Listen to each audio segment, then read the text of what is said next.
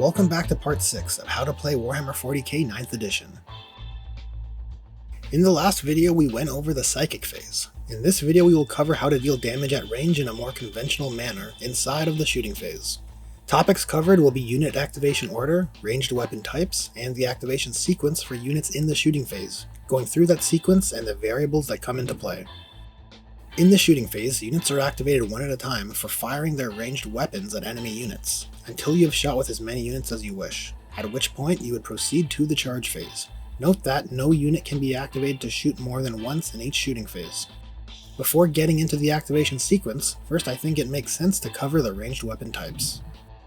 There are 5 types of ranged weapons, each with their own strengths and weaknesses. The weapon type is followed by a number which denotes how many attacks or shots it can fire. For example, a pistol 1 weapon can make 1 shot and is of the pistol type. We will start with what I qualify as the most standard of weapon types, rapid fire. Rapid fire weapons are able to double the number of shots should their target be within half range. These intercessors are equipped with bolt rifles, which are rapid fire 1 weapons with a 30-inch range. Seeing as those demonettes are within 30 inches, but outside of 15, these intercessors will fire 1 shot from their rapid fire 1 bolt rifles. Now should those demonettes be within 15 inches, that is half of the bolt rifle's range, the rapid fire comes into effect, allowing these 5 intercessors to fire 10 shots. Assault weapons often have less range than the rapid fire type. However, assault weapons can uniquely be fired when units advance with a -1 to their hit rolls. These aggressors' Flamestorm gauntlets are of the assault type. Although flame weapons have a very short range, typically 8 inches, they do have the potential for a far greater volume of fire, meaning these aggressors can advance, moving quicker than normal units, and bring the potency of their shorter range against their enemies. Heavy weapons are typically more powerful, capable of dealing more damage or higher rates of fire than other weapon types. Infantry units with heavy weapons subtract 1 from their hit rolls if they did not remain stationary in their previous movement phase. This intercessor squad with Stalker bolt rifles and Redemptor Dreadnought are equipped with heavy weapons. Assuming they both moved in their previous movement phase, the intercessors would have to subtract 1 from the hit rolls of those heavy weapons, where the Redemptor would not, because it is not infantry. It is a vehicle. Some weapons have the blast tag as one of their abilities.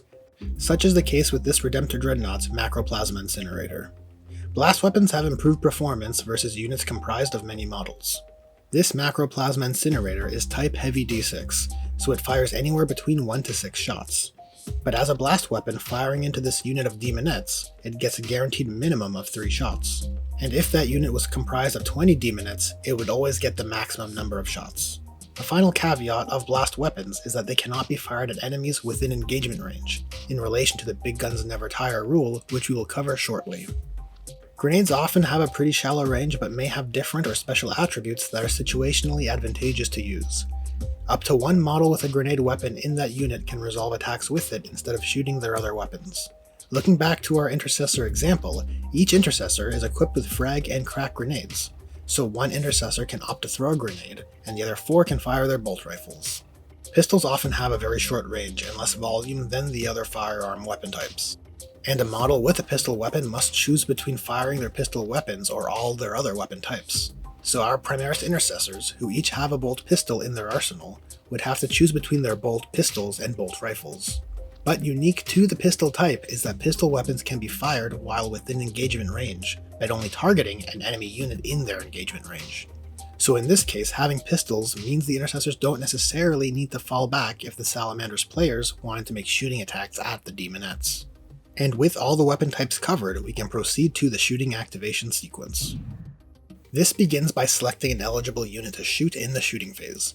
The following criteria defines a unit as eligible for shooting. The unit is equipped with ranged weapons. Weapons which type were not made unable to be fired based on their movement activations, as identified when we went over the weapon types. Units which did not fall back, other than Titanic units, will not be able to fire unless otherwise specified. Once an eligible unit is selected, you declare your targets for all weapons before resolving any attacks. Fire can be split between different targets on a per weapon basis, whether it is a squad of models each firing 1 weapon like the intercessors, or 1 model with multiple weapons like the Redemptor. If weapons have multiple profiles, like the Redemptor's Macroplasma Incinerator, you must declare which profile is being used. There are a few execution sequences to keep in mind with split firing. Let's say this Redemptor has declared to fire its arm weapons, the Macroplasma and the Onslaught Gatling Cannon, at the group of Demonettes, and everything else, the 2 Fragstorm grenade launchers and the Icarus rocket pod, at the unit of Fiends. The Redemptor must resolve all of its attacks versus one unit before moving on to the other. And within each unit, all attacks made with weapons of the same profile must be resolved before resolving attacks with the next weapon. This means that for all the chassis weapons, the Redemptor cannot fire one frag launcher, see how it does, and then switch to the Icarus rocket pod, and then go back again for the second frag launcher. And most importantly, at least one model in the target unit must be within range of the weapons and visible to the firing model. If it's not clear, it helps to get behind the firing model to make sure it's possible. Doing so, we can see each intercessor is able to draw a line of sight to at least one of the Demonettes, meaning they can all fire into the unit of Demonettes. As mentioned previously, these Demonettes cannot be targeted by the Redemptor since they are in engagement range with the intercessors. If the Salamander's player wanted to fire with the Redemptor into these Demonettes, the intercessors would have had to have performed a fallback activation in their movement phase. And when a unit is locked in combat, they can only be activated to make shooting attacks with pistol-type weapons, and only fire at units within their engagement range. The exception to this is the Big Guns Never Tire rule.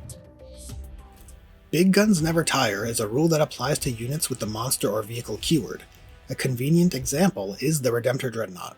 Big Guns Never Tire provides a powerful exception in that vehicles and monsters can attack with ranged weapons while within engagement range with enemy units, not requiring them to be pistol type. But those attacks need to be fired into the enemy unit they are in engagement range with, and heavy weapons must subtract 1 from their hit rolls while any enemy units are within their engagement range. In these circumstances, vehicles and monsters can target those enemy units even if other friendly units are also within engagement range of that target unit. Such is the case here. Big Guns Never Tire allows the Redemptor to fire while in engagement range with its ranged weapons at these Demonettes, even though those Demonettes are also in engagement range with the intercessors. There is one final benefit provided by Big Guns Never Tire. Should the vehicle or monster have more than one ranged weapon, you can split fire to target enemy units not within engagement range, but you can only make those attacks if you are no longer in engagement range when it comes time to resolve those attacks. In this way, a gambit is placed on if they can clear themselves out of combat to fire at a more desirable target. Lookout Sir is a rule that specifies how characters, units with a character keyword, are restricted from being targeted by shooting attacks. It allows characters under 10 wounds, typically the case with infantry characters like the Infernal and Rapturous, the ability to become untargetable by shooting attacks. Characters with more than 10 wounds, like this Keeper, cannot claim the same benefit. Models cannot target a character unit with a wounds characteristic of 9 or less if that character unit is within 3 inches of any other friendly vehicle or monster units, or other friendly units that have 3 or more models, unless it is the closest. Also take note that characters under 9 wounds do not screen other characters. So in this scenario, the Enrapturous is being screened from the Redemptor's firing by the Demonettes. Similarly, the Keeper of Secrets also screens the Enrapturous, since, even though it's also a character, it has more than 9 wounds and is a monster. If she was instead the closest target to the Redemptor, she would become viable as a target, despite being within 3 inches of the Keeper of Secrets. Adding back in the Demonettes disables the Redemptor from targeting the Enrapturous, as now she is no longer the closest enemy unit. And if the Enrapturous is not within 3 inches of any screening unit, she is viable as a target even if there are closer enemy units.